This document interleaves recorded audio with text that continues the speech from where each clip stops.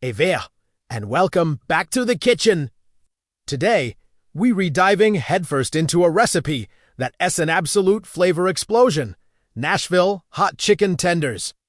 If you love crispy, juicy chicken with a serious spicy kick, you are in the right place. I'm going to walk you through every single step.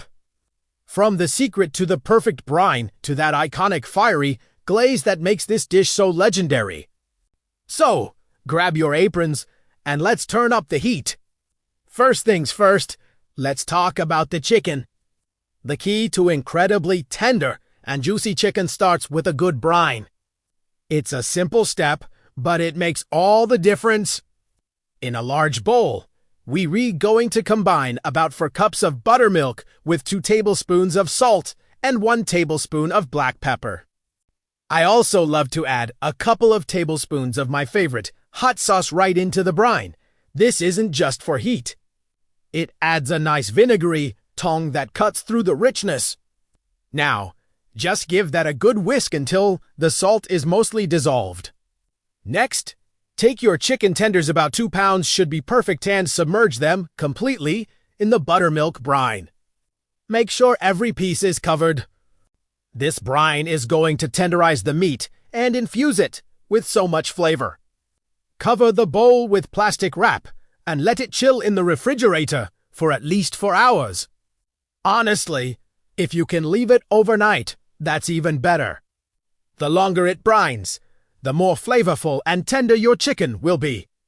All right, our chicken has been brining and it's time to get our dredge station ready. This is where the magic of that super crispy crust happens. We'll need 2 shallow dishes. In the first one, we're going to create our seasoned flour mixture. Start with 2 cups of all-purpose flour. To this, we'll add a generous amount of seasoning: 2 tablespoons of salt, 1 tablespoon of black pepper, a tablespoon of garlic powder, and a tablespoon of onion powder. Don't be shy with the seasonings here. We want every layer to be packed with flavor. Whisk all those dry ingredients together until they're evenly combined. In the second shallow dish, we're going to make our wet batter. Crack 2 large eggs into the dish and add about a half cup of the buttermilk brine from the chicken bowl. Whisk those together until they're smooth. This step is crucial because it helps the flour mixture stick to the chicken, creating that thick, craggy crust we're all looking for. So now you have your seasoned flour, your egg and buttermilk mixture, and your brine chicken. Your dredging assembly line is ready to go. Now for the fun part, coating the chicken.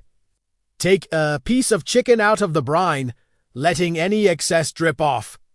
First, dredge it thoroughly in the seasoned flour, making sure to press the flour onto the chicken to get it fully coated.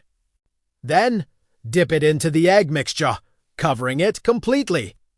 And finally, take it back to the flour mixture for a second coating. This double dredging technique is the secret to an extra crispy exterior. Really press that flour on there one last time. As you coat each tender, place it on a wire rack. Let the coated tenders rest for about 10 to 15 minutes. This helps the coating adhere to the chicken and ensures it won't fall off during frying. While the chicken is resting, let's get our oil ready for frying. You can use a deep fryer or a large, heavy-bottomed pot like a Dutch oven. Fill it with about 3 inches of a neutral oil with a high smoke point, like canola, vegetable, or peanut oil. We want to heat the oil to 350 degrees Fahrenheit, which is 175 degrees Celsius. Using a thermometer is really important here to maintain a consistent temperature.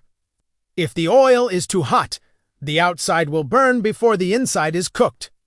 If it's too cool, the chicken will absorb too much oil and become greasy. Once your oil is at the perfect temperature, it's time to fry.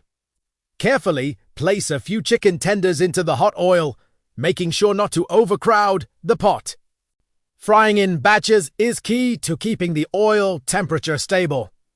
Fry them for about 5 to 7 minutes, flipping them halfway through.